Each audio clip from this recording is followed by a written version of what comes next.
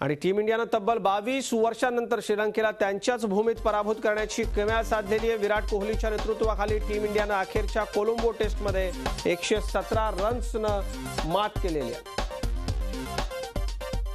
अत्यंत महत्त्वाची बातमी या क्षणाला खरं तर क्रिकेट शौकीनांसाठी, या धर्म क्रिकेट असलेल्या देशात ही अत्यंत आनंदाची बातमी। कोहलीच्या नेतृत्वात विराट विजय, ईशांत शर्मा टीम इंडियाच्या विजयाचा शिल्पकार ठरलेला आहे। आमचे विशेष क्रीडा प्रतिनिधी सुनंदन लेले आपल्याबरोबर आहेत, आपण त्यांच्याकडे जाऊयात। सुनंदन, खरं तर फार आनंदाचा हा क्षण आहे, परदेशातला विजय 22 वर्षांनंतर, खरं वाटतंय श्रीलंकेमध्ये, आणि तो सुद्धा की 93 सालानंतर आपल्याला सिरीज मध्ये विक्ट्री मिळवता आलेली नाहीये। किती मोठमोठ्या टीम श्रीलंकेला जाऊन आला, पण श्रीलंकेने भारताचा हा रेटा थोपून ठरलेला होता। कित्येक वेळा तर अशी परिस्थिती आली होती की श्रीलंकेने आघाडी घेतली होती अगदी मागच्या सिरीज मध्ये, आणि जसं सीतेला हाक मारायची वेळ आली की लक्ष्मणा धाव, तसं भारतीय टीमलाही लक्ष्मणा धाव हाक मारायला लागली होती। आणि व्हीव्हीएस लक्ष्मणनी दुसरी टेस्ट जिंकून आपल्याला 1-1 बरोबरी करून दिलेली होती। यावेळची टेस्ट सिरीज जिंकले याचा आनंद बहुतांशी आहे।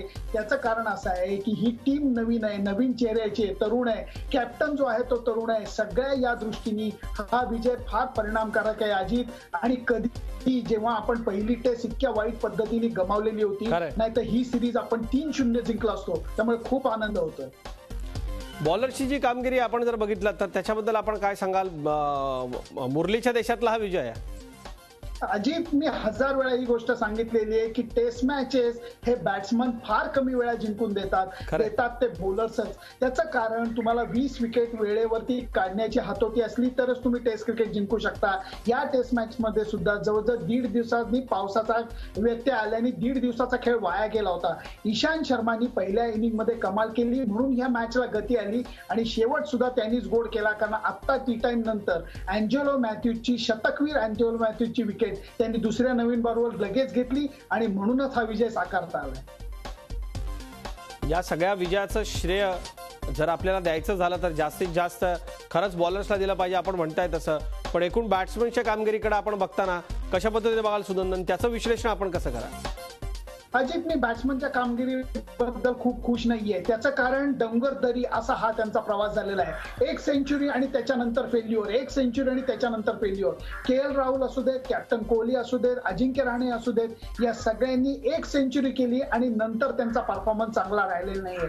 त्या उलट जर का बॉलर्सचं पाहिलं, ईशांत शर्मा आणि अश्विन, अमित मिश्रा या तिघांची बॉलिंग अत्यंत नेटाने तिन्ही मॅच मध्ये राहिलेली आहे, आणि म्हणून या विजयाचं श्रेय बॅट्समनना नाही तर बॉलरलाच दिलं पाहिजे। हा यंगिस्तानचा विजय असं मानलं जात आहे।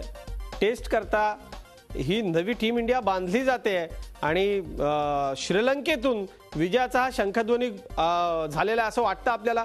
टेस्टसाठी ही टीम आता बांधली गेली असं वाटतं का ही यंग टीम? सुरुवात नक्कीच आहे अजित, 1 पाऊल पुढे नक्कीच पडलेलं आहे, कारण या टेस्ट सिरीजला त्या अर्थाने महत्व होतं। त्याचं कारण श्रीलंकेमध्ये हरवणं हे खूप अवघड असतं, जे विराट कोहलीच्या टीमनी करून दाखवलेलं आहे। नेटाने चांगला खेळ करून तो विजय मिळवून दिलाय।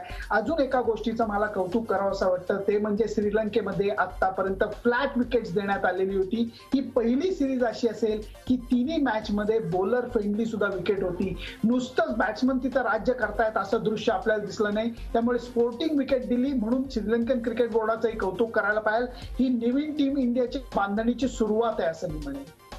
खरं या सगळ्या आजच्या क्रिकेटकडे बघत असताना, या संपूर्ण सिरीजकडे पाहत असताना, भारतानं या सिरीजमधून काय मिळवलं आणि आणखी काय शिकण्याची गरज आहे, काय सांगाल थोडक्यात?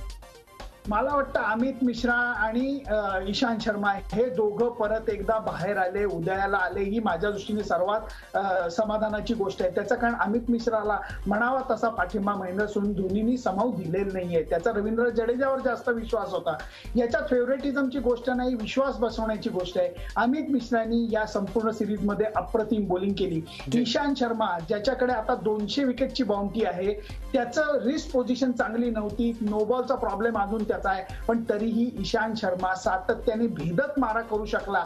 त्याचा बॉल सीम वरती पडून झपकन जात होता। या 2 गोष्टी मला वाटतं 2 बॉलरचा मिळालेला झालेला परत एकदा उदय ही माझ्या दृष्टीने सर्वात समाधानाची गोष्ट। आणि खरंच आज आनंदाचा दिवस आहे। इतक्या वर्षांनंतर श्रीलंकन भूमी 4 वर्षांनंतर परदेशात विजय मिळवलाय। खूप खूप धन्यवाद आपले सुनंदन लेले।